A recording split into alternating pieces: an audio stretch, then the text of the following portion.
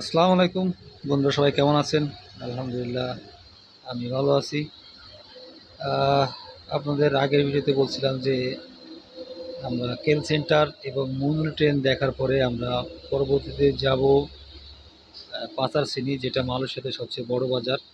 তা আমরা অবশেষে আবারও সে মুনমুন ট্রেনে করে চলে আসলাম পাচারশ্রীনীতে।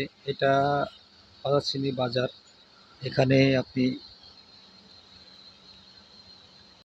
সব ধরনের মাল পেয়ে যাবেন, এবং আরেকটা বিশেষ হলো, এখানে আসলে আপনি দেশ বিদেশের বিভিন্ন দেশের আর কি বাইরের মানুষ দেখতে পারবেন। এখানে আপনার চীন, রাশিয়া রাশিয়া ইত্যাদি যারা ট্যুরিস্ট যারা আসে, তারা সকল দেশের মানুষ এই পাতাচিনিতে ঘুরতে আসে, এবং তাদের পছন্দের কিছু ব্র্যান্ড আছে, ব্র্যান্ডগুলো তারা কিনে এখান থেকে নিয়ে যায়।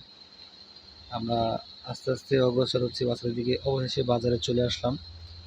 এখানে আহ, অনেক বড় বাজার। এটা মালয়েশিয়াতে সবচেয়ে বড় বাজার বলে।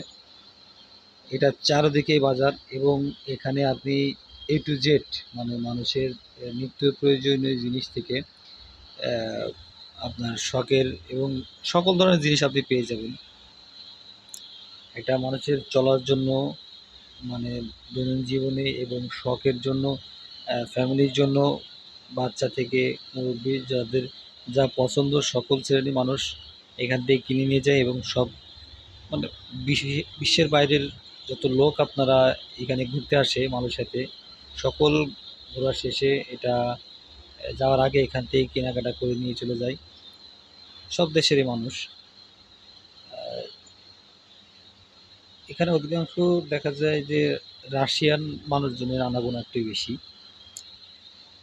মালয়েশিয়ার ঘোরার শেষে এখানটা কেলসেন্ট, মানে শহরের পাশেই বা শহরের ভিতরে আর কি।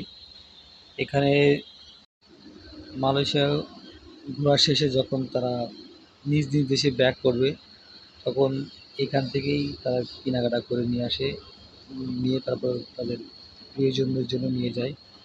এটা পুরোপুরি একটা পর্যটন এরিয়াও বলতে পারেন। যেহেতু বাজারের ভিতরে এরকম বাজার মালয়েশিয়াতে আর নাই, যেমনটা দেখা যায়।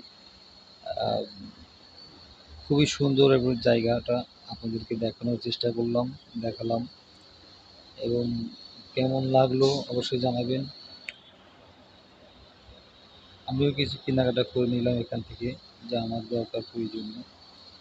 তো সবাই ভালো থাকবেন, আর আমাকে একটু সাপোর্ট করবেন, লাইক কমেন্ট দেবেন, শেয়ার করবেন। আল্লাহ হাফেজ।